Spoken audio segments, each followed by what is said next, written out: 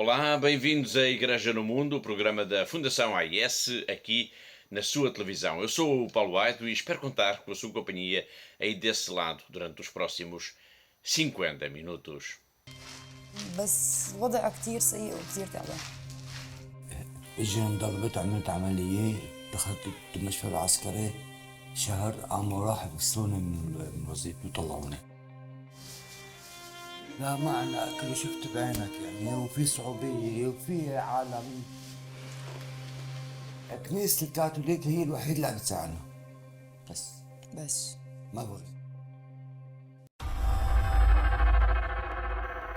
Este homem que acabou de escutar tem um olhar triste, suplicante. Ele está desesperado. Chama-se Hassan e a seu lado estão a mulher, Mariam, e os 3 filhos. Vivem todos numa casa quase só com as paredes e o teto. Falta ali quase tudo, mas o que mais impressiona mesmo é o frigorífico praticamente vazio. Vivem numa zona chamada Val dos Cristãos, na Síria, entre Tartus e Homs. São vítimas da guerra, dos 12 longos anos de guerra que levou este país para a pobreza quase total. É por famílias como esta que a Fundação AIS lançou neste Natal uma grande campanha de solidariedade. Para nos falar desta campanha, mas também de todas as notícias que estão de alguma forma a marcar a atualidade, vamos ter connosco, como já é habitual, a presença da Catarina Martins de Betancourt, a diretora da Fundação AIS em Portugal. Olá, Catarina. Olá, Paulo, e olá também a todos os nossos telespectadores. E vamos começar pela Ucrânia. 2 sacerdotes que estavam a exercer o seu ministério na cidade portuária de Berdiansk, no sudoeste do país, foram presos há 2 semanas por elementos de uma milícia russa e estão acusados de preparação de ato terrorista. A Fundação AIS já apelou à libertação dos 2 sacerdotes, mas antes de falarmos sobre isso, Catarina, o que é que aconteceu? Bom, Paulo, o que sabe é que o padre Ivan Levitsky, que é pároco da Igreja de Natividade da Virgem Maria na cidade de Berdiansk, e o padre Boan Alerta, que é capelão também da mesma igreja, ambos redentoristas, foram então capturados há cerca de 2 semanas, como disse, por elementos afetos à administração russa, que está estabelecida nestes territórios ocupados. Em declaração enviada para a Fundação AIS Internacional, o bispo Stefan Meniok, da Igreja Greco-Católica Ucraniana, afirma que a detenção dos 2 sacerdotes foi infundada e ilegal. Sim, nessa mensagem que o bispo diz de facto que a acusação é baseada em falsidades e que os alegados explosivos encontrados numa busca realizada aos edifícios da igreja são de facto uma prova forjada e tudo não passa de uma matéria propagandista, digamos desta forma. Face a esta situação, a prisão de 2 padres e a acusação falsa que pende sobre eles, a Fundação AIS pediu, mal se soube desta notícia, a sua libertação imediata. Sim, reforçando o próprio pedido nesse sentido do bispo Stepan Meniok, da Igreja Greco-Católica Ucraniana. Mas a Fundação AIS também pediu a todos os seus benfeitores e amigos para rezarem pela rápida libertação destes 2 sacerdotes, até porque há informações que apontam para a possibilidade de ambos estarem ou poderem estar a ser vítimas de tortura. Passaram já 9 meses desde que os primeiros soldados russos atravessaram a fronteira para a Ucrânia. Passaram 9 meses e vale a pena, até por isso, recuperar agora as palavras do presidente executivo internacional da Fundação AIS, poucas horas após a invasão ter começado. Passaram 9 meses, mas estas mesmas palavras poderiam ter sido ditas agora.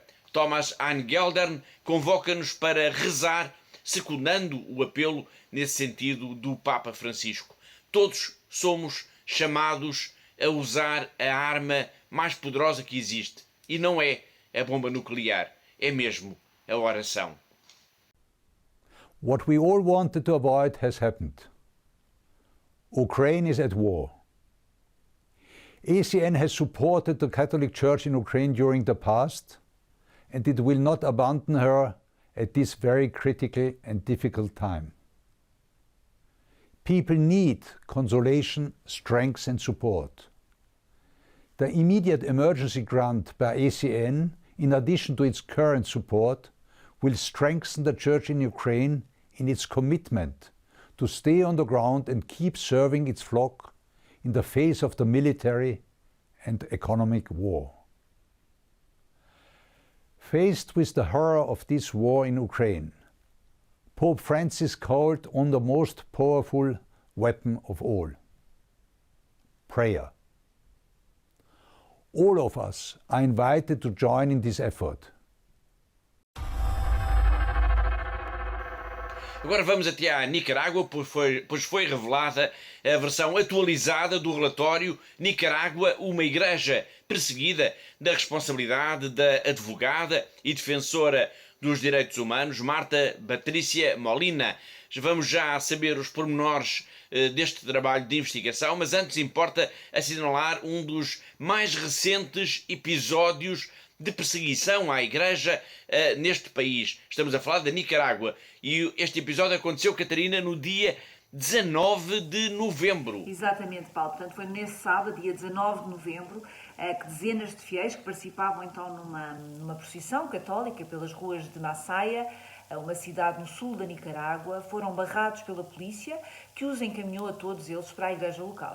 Este incidente já não foi catalogado nesta edição atualizada do relatório sobre a perseguição à Igreja na Nicarágua. Ficará seguramente para uma próxima edição. Quais são, Catarina, as principais conclusões que se podem tirar da leitura deste relatório? Bom, a primeira conclusão, Paulo, é que no período entre abril de 2020 e outubro deste ano, de 2022, houve então 396 ataques contra a Igreja Católica na Nicarágua. Isso significa, Paulo, mais de 206 incidentes do que o primeiro relatório que foi divulgado em maio deste ano. Sim, esse é um dado importante, pois estamos a falar da versão atualizada do relatório que foi apresentado primeiro em maio pela investigadora Marta Molina. Estamos a falar de que tipo de ocorrências, Catarina? Bom, há uma enorme variedade de casos, Paulo, mas posso dizer, por exemplo, que há relatos de profanações, de roubos, de ameaças, mas também de discursos de ódio. Mas talvez, Paulo, o mais significativo é que durante este período foram vários os bispos, os padres, as irmãs e também os leigos que foram visados pelas autoridades. E o que é que diz o relatório sobre isso? Bom, o relatório é muito bem pormenorizado sobre esta repressão, Paulo. Portanto, há atualmente 2.194 prisioneiros políticos na Nicarágua e milhares de cidadãos foram forçados ao exílio. Estamos a falar de padres, de irmãs, de seminaristas, mas também de advogados, de médicos, estudantes, professores e até jornalistas. Toda esta violência teve um dos momentos mais preocupantes com a prisão no dia 19 de agosto deste ano do bispo de Matagalpa. Exato, Paulo. Portanto, a prisão de Dom Rolando Alvarez representou, como denunciou então na altura a Fundação AIS, uma tentativa de silenciar a Igreja na Nicarágua. E é preciso lembrar aos nossos telespectadores que, para além do bispo Alvarez, há 3 outros padres, há um diácono, há 2 seminaristas e há também um fotógrafo, todos presos na mesma altura. E as missionárias da Caridade, a congregação da Madre Teresa de Calcutá, foram expulsas do país, assim como o núncio apostólico. Sim, e também houve um encerramento forçado do canal televisivo da Conferência Episcopal da Nicarágua e também 8 estações de rádio também pertencentes à Igreja. Para se compreender como se chegou aqui a toda esta violência sobre a Igreja, é preciso recuar um pouco no tempo, pelo menos até 2018, até abril de 2018. Vamos ver agora um trabalho multimédia produzido pela Fundação AIS sobre esta crise.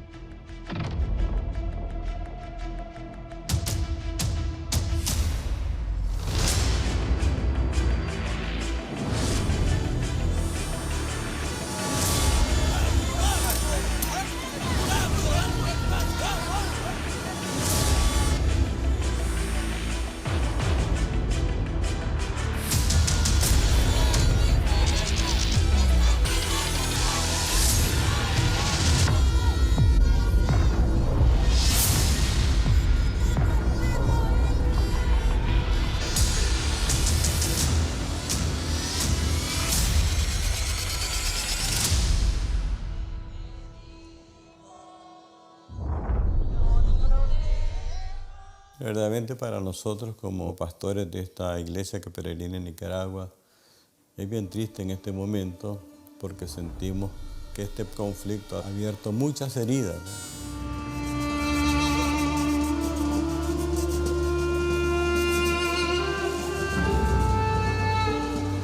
Ser joven y ser católico en este momento en Nicaragua es un poco difícil por la situación que estamos pasando sociopolítica, porque nos están marcando, nos están tachando, nos están diciendo este está en contra de nosotros y se nota pues.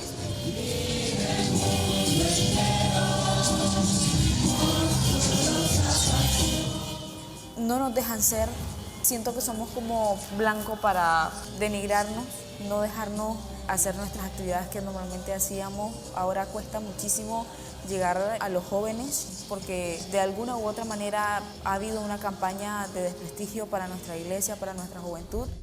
Llegamos hasta ese extremo de que no podías ni estar en la catedral porque ya tal vez estábamos con el Santísimo y pasaba gente gritándote diciendo que eras un golpista. En su momento fue algo que no sabía manejarlo. No sabía porque no es como que a nosotros nos preparen cómo vivir este tipo de crisis nacionales, ¿verdad? Por ejemplo, cuando llegó 7 patrullas, sé que estuvieron afuera de mi casa y es una forma de una tortura psicológica, quizás porque anduve en marcha o por ser un líder de jóvenes. Y en ese tiempo también, solo de catedral a mi casa, que eran 3 cuadras, era tenso, peligroso. Para mi madre era súper estresante que yo fuera a misa, que yo fuera a una reunión de la pastoral, que yo fuera a rezar el rosario. Era terrible para ella. Esta situação que se vive na Nicarágua é um bom pretexto para falarmos agora da grande iniciativa global que a Fundação AES promoveu em novembro sobre a perseguição aos cristãos. Estou a falar na Semana Vermelha, ou Red Week, como também é conhecida. E já se pode ir avançando com alguns números, com alguns dados sobre o que esta grande operação representou. Nomeadamente, Catarina, o número de igrejas e de edifícios que estiveram iluminados de vermelho, representando assim simbolicamente a cor de sangue dos mártires.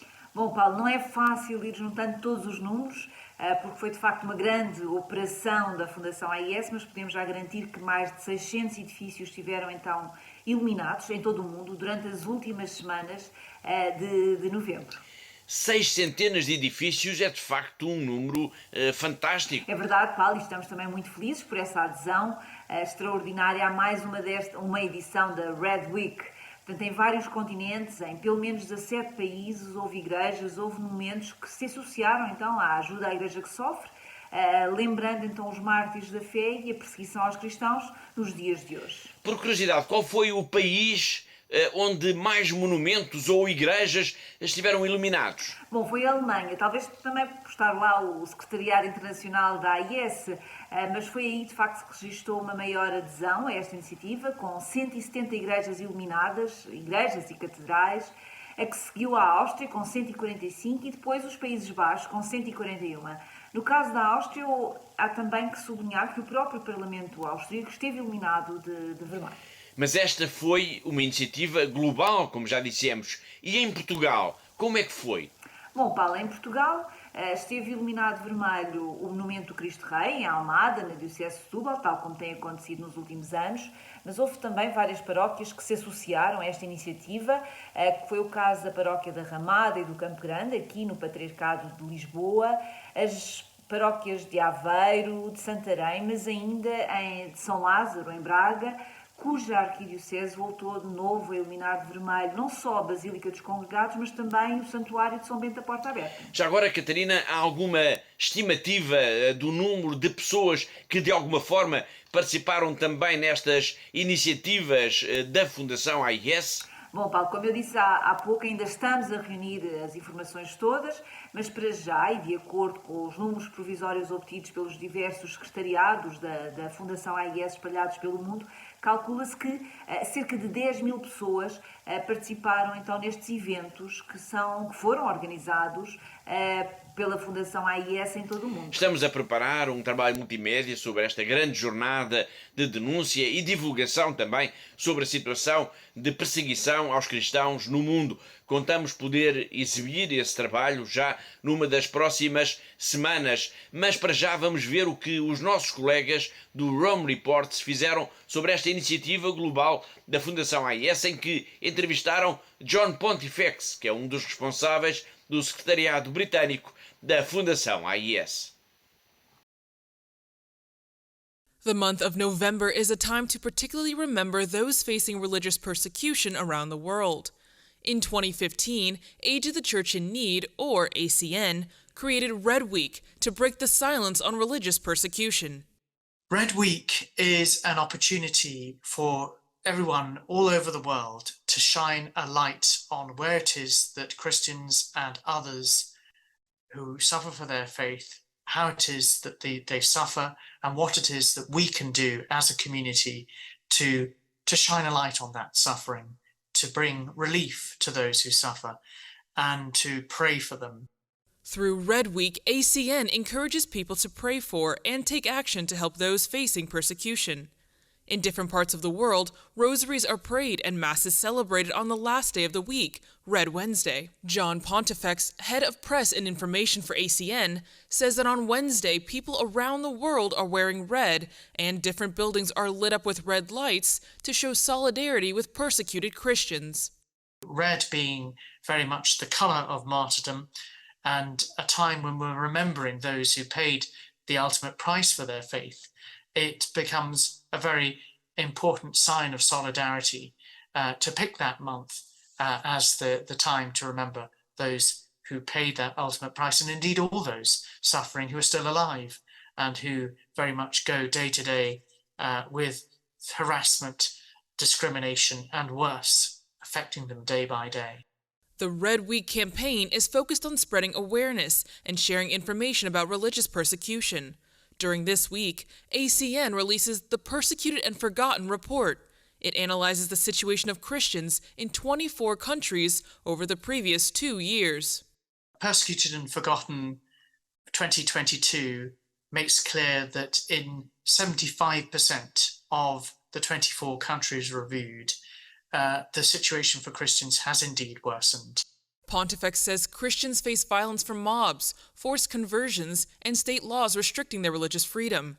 In some Middle East countries, he describes how many Christians have had to flee to escape discrimination and intolerance. We now need to move to action to safeguard those who are persecuted for their faith, recognizing that they need us to be advocates. They need governments in the West to work with those countries where there are difficulties to bring change. For ACN, Red Week is just one way of bringing attention to ongoing religious persecution, and it is a way to show solidarity with the more than 360 million Christians suffering persecution worldwide.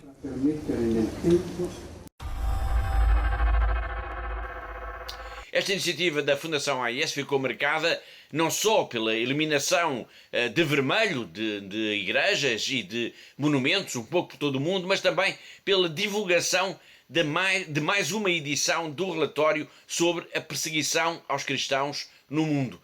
Nas últimas semanas nós temos falado aqui do nosso programa do que este relatório reporta sobre a África e sobre o Médio Oriente. E hoje vamos falar da Ásia. Quais são, Catarina, as principais conclusões do relatório sobre esta região do globo? Bom, Paulo, são também preocupantes, não é? Portanto, na Ásia tem aumentado o autoritarismo estatal e isso reflete-se em menos liberdade e, claro, em mais opressão para as minorias religiosas, em particular os cristãos. É o que acontece, por exemplo, na Birmânia, na China, no Vietnã. O caso mais grave é, sem dúvida, a Coreia do Norte, mas há também a considerar, Paulo, também na Ásia, a expansão do chamado nacionalismo religioso. E isto está a ter, de facto, um impacto muito grande nas comunidades religiosas, efetivamente para os cristãos. É assim, por exemplo, no Afeganistão, com o regresso dos talibãs ao poder, mas também há sinais muito preocupantes nesse sentido também na Índia, no Sri Lanka e também no Paquistão. Obrigado, Catarina. O relatório Perseguidos e Esquecidos da Fundação AIS denuncia isso mesmo, o risco de perseguição às comunidades cristãs que são particularmente minoritárias na Ásia. Na Ásia, o autoritarismo estatal tem causado uma opressão crescente contra os cristãos na Birmânia, China, Vietnã e noutros lugares. O país onde se verifica de forma mais grave que a liberdade religiosa e de consciência estão a ser estranguladas é a Coreia do Norte. O nacionalismo religioso intensificou os problemas para os fiéis, incluindo o regresso ao poder dos talibãs no Afeganistão, que viram os cristãos em massa a fugir do país. Na Índia e no Sri Lanka, o nacionalismo religioso tem assistido a ataques contínuos contra as minorias. Grupos nacionalistas visaram cristãos e locais de culto e até a polícia prendeu crentes ou interrompeu as celebrações nas igrejas. No Paquistão, os cristãos e outros não muçulmanos estão em risco acrescido de assédio, prisão ou violência, o que em algumas partes do país inclui rapto e violação.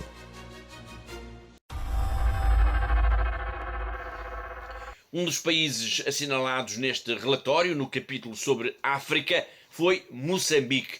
E hoje falamos de Moçambique, pois a Conferência Episcopal publicou uma nota pastoral em que é feita a radiografia deste país que está mergulhado, como sabemos, numa profunda crise, com problemas ao nível da corrupção e desde há cerca de 5 anos também com a ameaça brutal do terrorismo.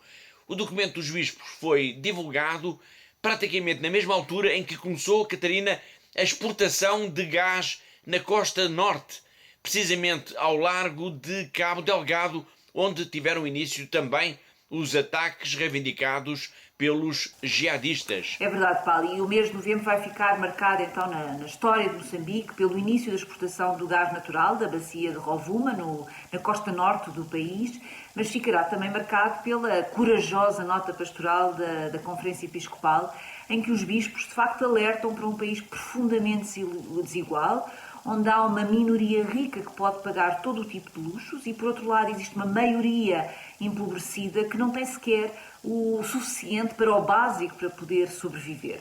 Portanto, neste país, e estamos a falar de Moçambique, portanto, os bispos também lembram que há uma guerra em curso desde há 5 anos. É a guerra do terrorismo que começou precisamente na província de Cabo Delgado, em cuja costa se está a iniciar agora a exportação milionária do gás. Mas vamos falar então um pouco mais sobre essa corajosa, como a Catarina disse, nota pastoral dos bispos. A questão da corrupção é abordada, digamos assim, com grande frontalidade. Sim, é isso mesmo. Portanto, com grande frontalidade. Portanto, os bispos lembram que a corrupção está presente em Moçambique e que isso impede o desenvolvimento e o bem-estar da população, dos cidadãos. Aliás, na nota que publicaram, os bispos referem-se mesmo à corrupção como sendo uma praga social, a tal ponto já enraizada que as pessoas chegam a pensar que é algo normal, que só assim é que as coisas poderão funcionar. Depois há o tema que é incontornável do terrorismo. O que é que diz a nota pastoral dos bispos de Moçambique sobre esta insurgência terrorista na região de Cabo Delgado? Bom, os bispos falam num flagelo para as populações e alertam para o facto de serem os jovens moçambicanos que fazem engrossar as fileiras dos terroristas. Portanto, os bispos sublinham que isto só está a acontecer porque, de facto, há uma ausência de esperança no futuro e a maioria dos jovens sentem que não têm sequer a oportunidade para construir uma vida digna no seu país. Desde que começaram os ataques terroristas em Moçambique, já morreram cerca de 4.000 pessoas e há também cerca de 1 milhão de deslocados. Podemos falar deste drama assim, apenas pela estatística, pelos números, ou então pelo olhar de quem viveu tudo isto na primeira pessoa. É o caso do Sr. Celestino. Ele vivia no norte do país, em Cabo Delgado, quando a sua aldeia foi atacada 2 vezes pelos terroristas. E numa dessas vezes mataram o seu próprio filho com muita crueldade. Francisco Celestino vive agora na região de Pemba Ele é uma das vítimas do terrorismo em Moçambique.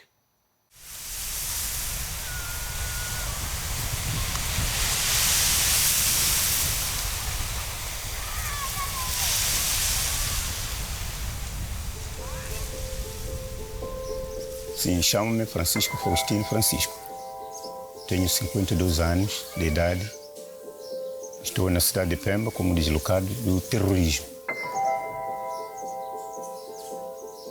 Desde há 8 meses desde que cheguei, já estou dormindo no quintal, ao ar livre, protegendo-se daqueles plásticos da chuva. Só aquelas traumas.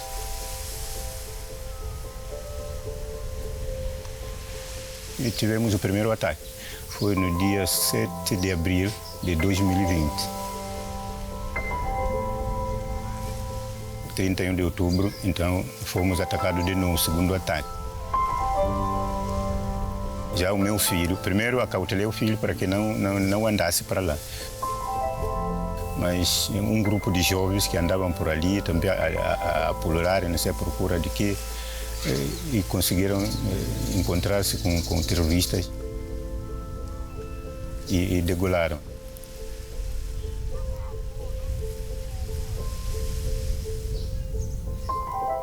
A minha fé ajuda a superar a ter esperança.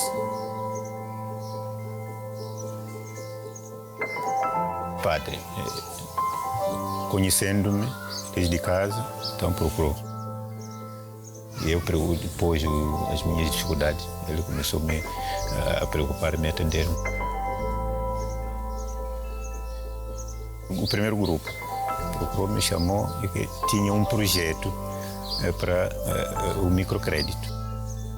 Se aceita ou não, eu disse que aceito. A partir de manhã até o pôr do sol, está a sair. 2, 3, 4 minutos, vem aparece alguém, quero sabão, quero isso. O Natal significa nascer de novo, ter nova força.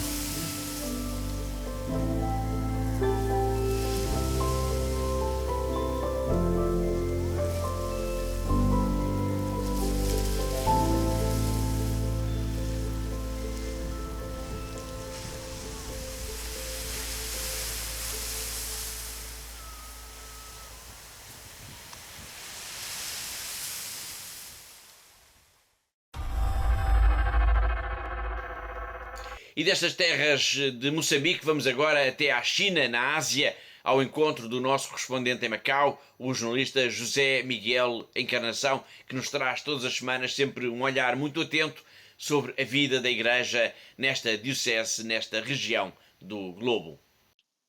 O reitor da Universidade de São José, aqui de Macau, esteve reunido com o cardeal Dom José Tolentino de Mendonça, ele que é atualmente o atual prefeito do Dicastério para a Cultura e Educação da Santa Sé, pois foi assim nomeado pelo Papa Francisco não há muito tempo, em resultado da última reforma da Cúria Romana.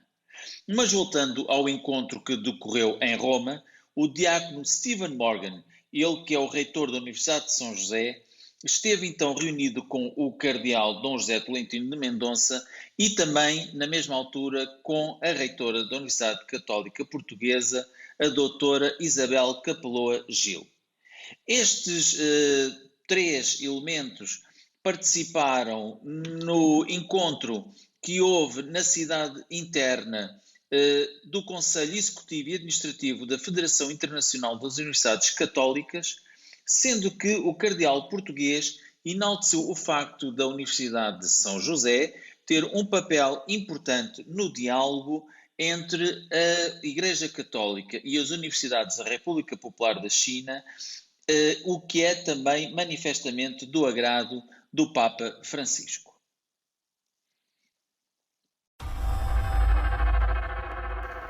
Foi José Miguel Encarnação, o nosso correspondente em Macau, na China, e assim chegamos ao fim da primeira parte do nosso programa. Na segunda parte vamos saber se há novidades sobre o padre alemão raptado no Mali no dia 20 de novembro E vamos recordar, a propósito disso, as memórias também de cativeiro de um outro sacerdote, o padre Pier Luigi Macali. E depois iremos ficar a conhecer então toda a história de Assam, que escutámos logo no arranque do programa. Mas para já, vamos para um breve intervalo. Voltamos daqui a instantes. Até já!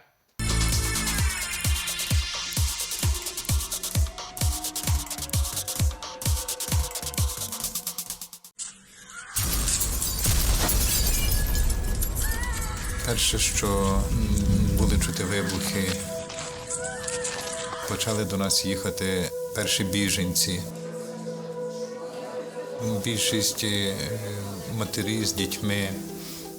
Після початку війни сиділи вдома, спали в ванні, коли стало небезпечно, ми виїхали з дітками сюди.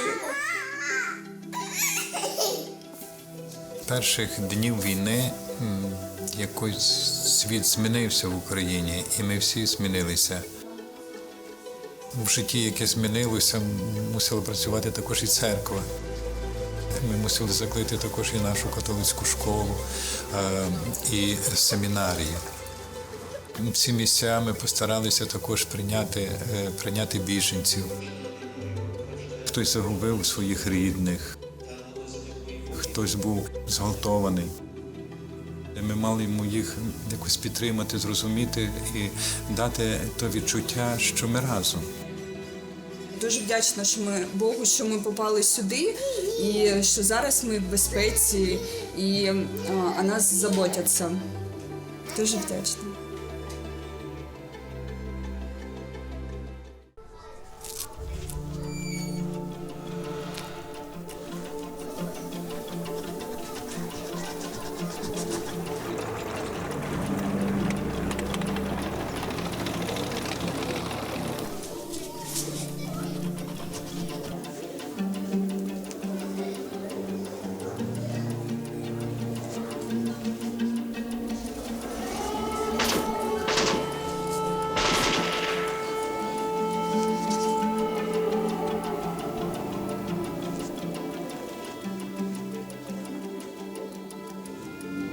Это российский танк, это украинский. Вот российский, а Россия вот так даже. Вот все, нет России, улетела Россия. Типа. Пыль полная стала. А я буду рисовать растения.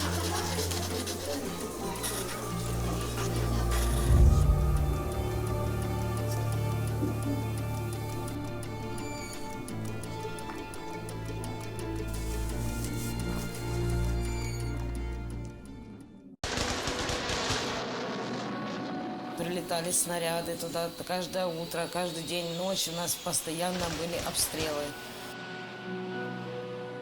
Словами это не передать, как мы жили 22 дня в подвале.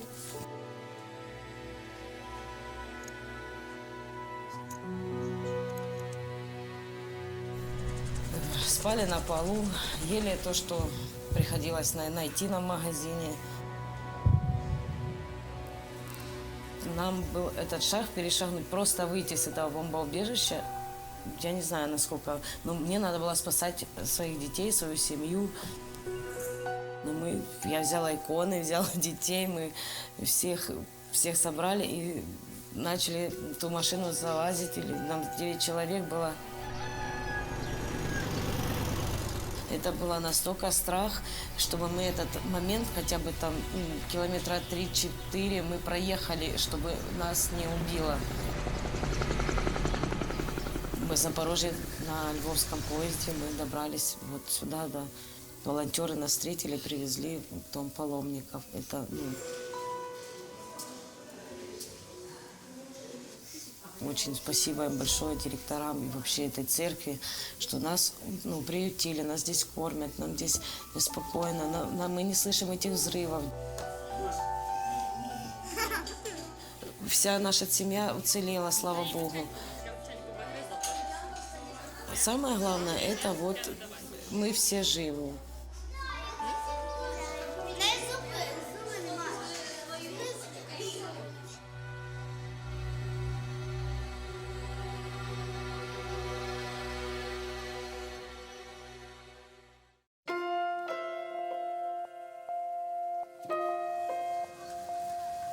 está a tornar-se cada vez mais difícil para os cristãos de todo o mundo praticar e viver a fé.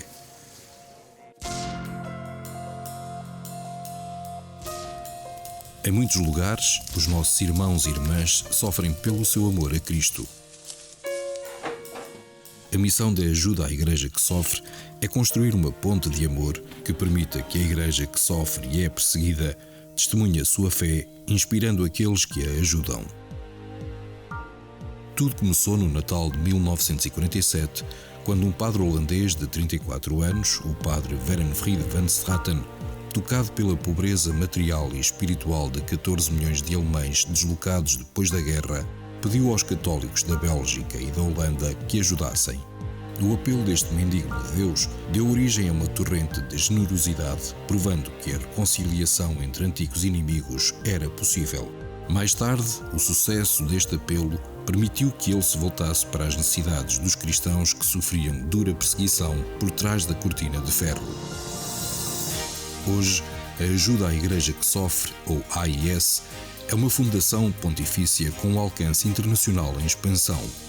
23 secretariados nacionais em todo o mundo, apoiando mais de 5.000 projetos anualmente em mais de 145 países.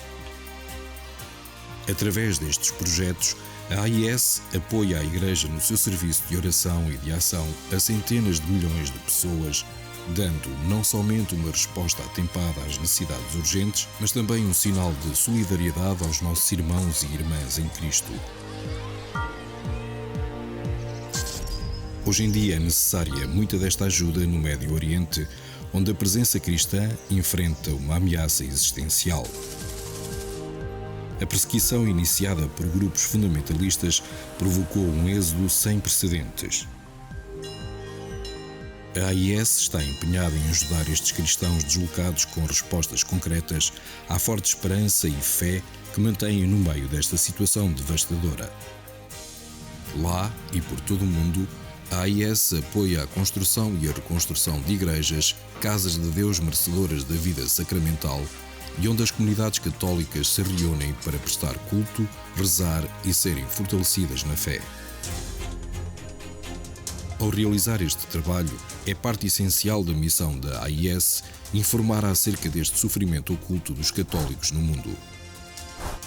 A AIS elabora e distribui a nível internacional 2 publicações exaustivas: o Relatório da Liberdade Religiosa no Mundo, uma análise à ameaça à liberdade religiosa em 196 países, e o Relatório Perseguidos e Esquecidos, uma avaliação e classificação daqueles países onde os cristãos são perseguidos e oprimidos por causa da sua fé.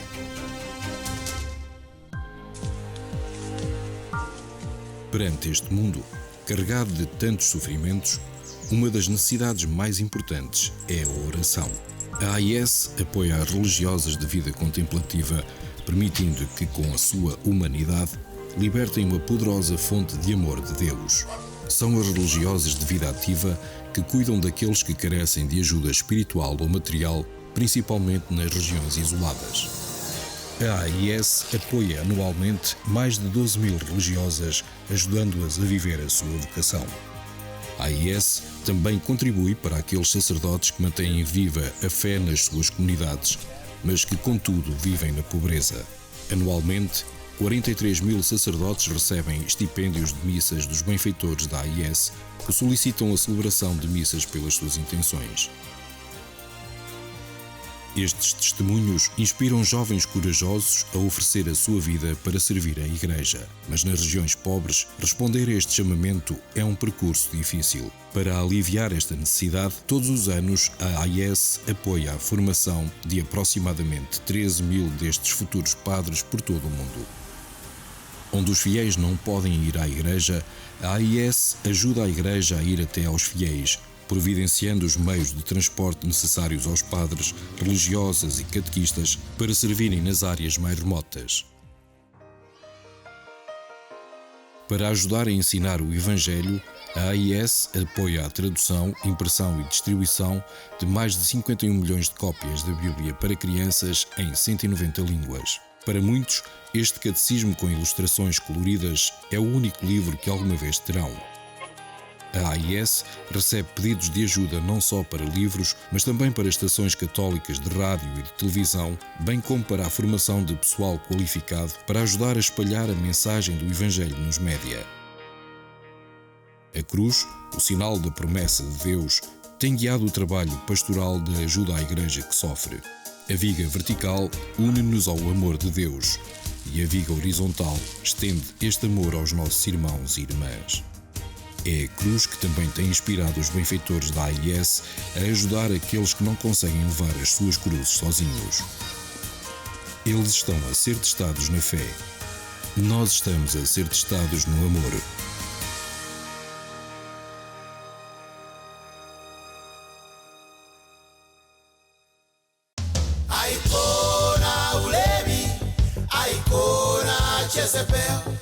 Oh Lord Jesus, help me obey commandment 6. Icona Ulebi, Icona Jezebel. Oh Lord Jesus, help me obey commandment 6. Jesus is the way, Jesus is the truth, Jesus is life, the light in my path. Deliver me from evil, help me overcome. Oh Jesus, oh Jesus, oh Jesus, oh Jesus, yeah. I can say, Jezebel. Oh Lord Jesus, help me obey commandment 6. I can see.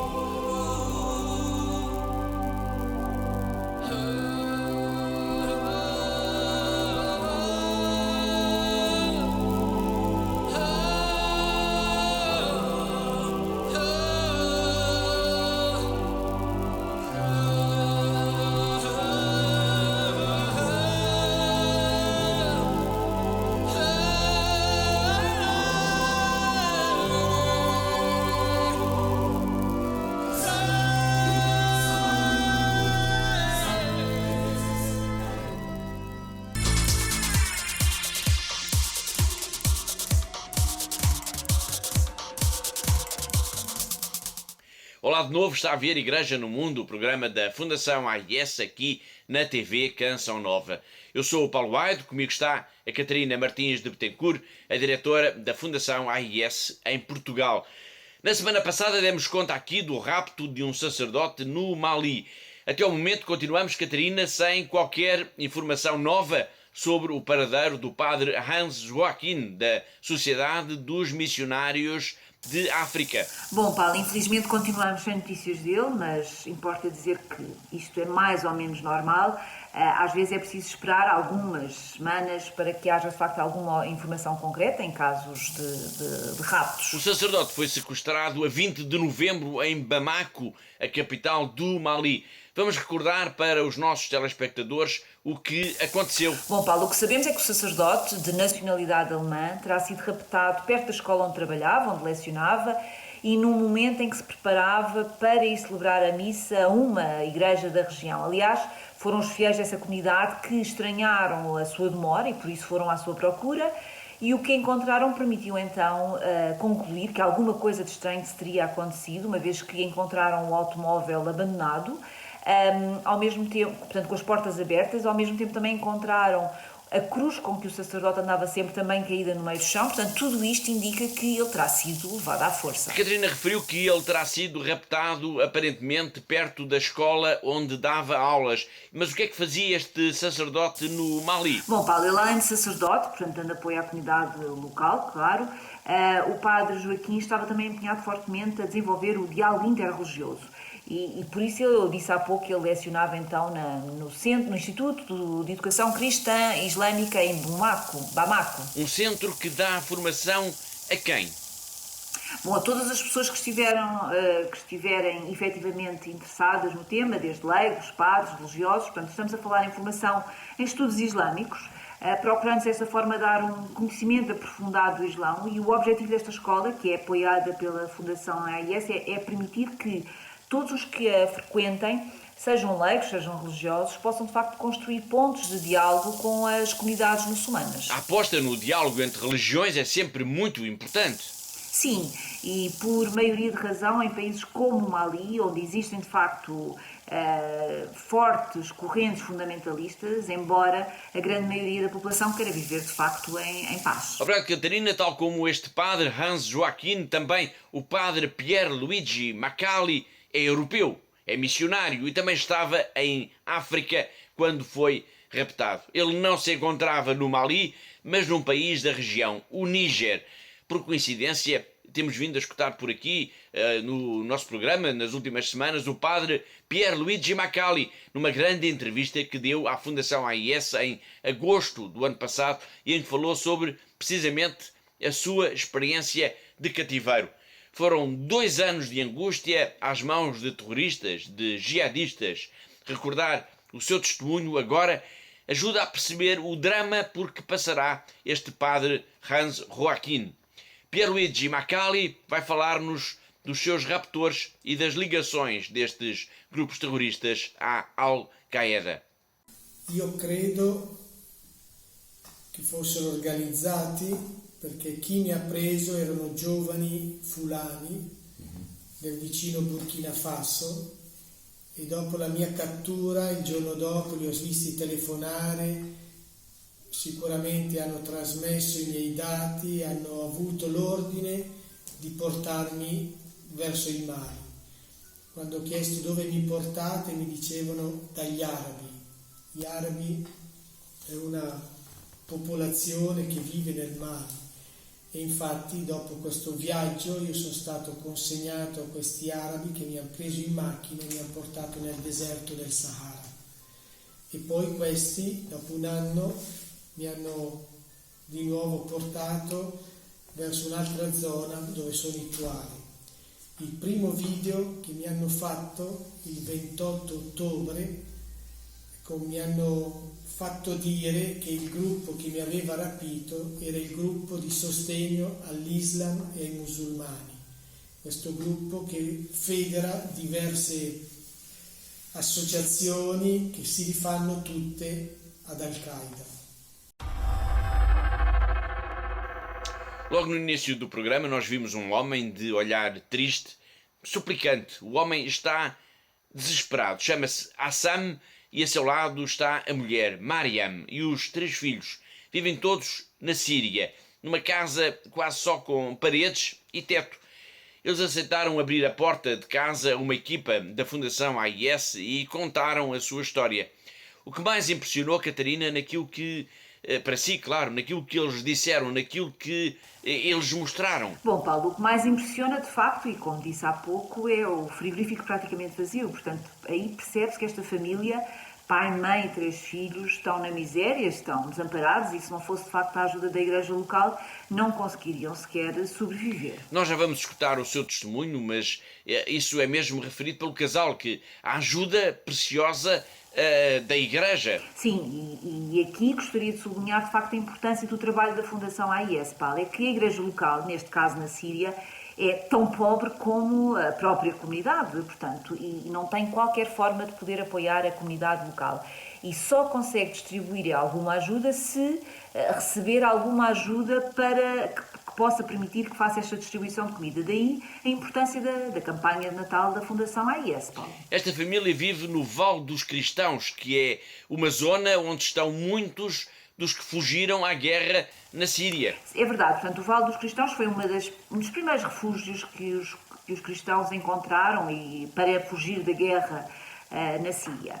Portanto, primeiro pensavam que seria apenas momentaneamente, por algum breve período de tempo, mas a verdade é que com o conflito que acaba por se eternizar, uma vez que continua o conflito na Síria, passou a ser quase como que o lar definitivo de muitas das famílias. Portanto, quase todas estas pessoas têm como o estigma da pobreza, não são estrangeiros, mas quase, porque estão todos muito longe de casa, Paulo. E quase todas estas pessoas dependem também da ajuda para sobreviver no dia-a-dia. Sim, com o empobrecimento acelerado do país nos últimos anos, em virtude da guerra, mas também das sanções económicas impostas pela União Europeia e pelos Estados Unidos ao regime de Bashar al-Assad, todas estas famílias foram ficando desesperadamente ainda mais pobres do que eram. Vamos já escutar então a mensagem que Assam e Mariam têm para nos dizer desde a sua casa, onde falta quase tudo. Mas ainda antes disso, Catarina, e focando agora na campanha de Natal, o que é que pede a Fundação AIS para os portugueses, para este casal e também para todas as outras famílias que vivem, tal como eles, no Vale dos Cristãos, na Síria? Bom, Paulo, o que pedimos sempre, e em primeiro lugar, e os nossos telespectadores já sabem, de facto, as orações. É o que nos pedem todos quando falamos com quem está na Síria. Pedem nas nossas orações que é preciso rezar por todas estas famílias para que possam superar e que possam conseguir ultrapassar este momento difícil em que vivem. Mas, ao mesmo tempo, a Fundação AIS também quer ajudar a ter esta solidariedade para com estas famílias. Portanto, neste momento temos vários projetos a decorrer na Síria para a comunidade cristã, desde o apoio a casais jovens, casais recém-casados, ao apoio de emergência para as famílias. Neste caso, por exemplo, o que sugerimos é com apenas 15 euros é possível que esta família seja apoiada. É apenas isto, Paulo, são 15 euros para as despesas principais. E tenho a certeza que a vida desta família irá melhorar com a nossa ajuda e por isso convido todos a entrarem em contato connosco para os telefones e para o site que está neste momento a passar em rodapé. Obrigado, Catarina. Fica aqui então essa sugestão e vamos então ao encontro de Assam e de Mariam, um casal cristão que abriu para nós as portas da sua casa na Síria. Before the war, we were living in instability. Everything was affordable. My family got their own business. Then we flew out as IDPs to seek a shelter, as many other Christians around Syria. Because of the continuous crisis happening, all the people become poor. There's no more income here, and the families are in need for food, medicine, and to stay under a roof. بس وضع كتير سيء وكتير تعبان. اجينا انضربت وعملت عملية، دخلت المشفى العسكري شهر، قاموا راحوا يفصلوني من الوظيفة وطلعوني. لا ما عنا أكل وشفت بعينك يعني، وفي صعوبية وفي عالم. كنيسة الكاثوليك هي الوحيدة اللي عم تساعدنا. بس ما بقول. Me and my close friends, we started like a relief center in St. Peter Church. At the beginning, we started with ACN, distributing food and hygiene kits. Afterwards, we start grant projects, scholarship project, and medical project. Approximately $15 per month can keep a family under a roof or feed the kids in the family or fill their needs. We used to be in the churches and in the catechism, and we know the meaning of love and love of God. That was the most important motivation for us to continue our help to the people in need. Since we are IDPs also, when any individual came to our office, we know how he feels. يعني مهما تكون مملوء صعبة أو كذا، بس عندي إيمان كتير بالله إنه ما راح يتركنا، كأنه خلص إنه بدها تفرج، قامت ما قامت على الله رح يكسر قوي. The situation is not getting better. it's getting worse and worse, and the needs are exaggerating for the people. So I would like to thank all the benefactors for their continuously support here. Thank you very much from our heart, and please, please continue your support. Thanks.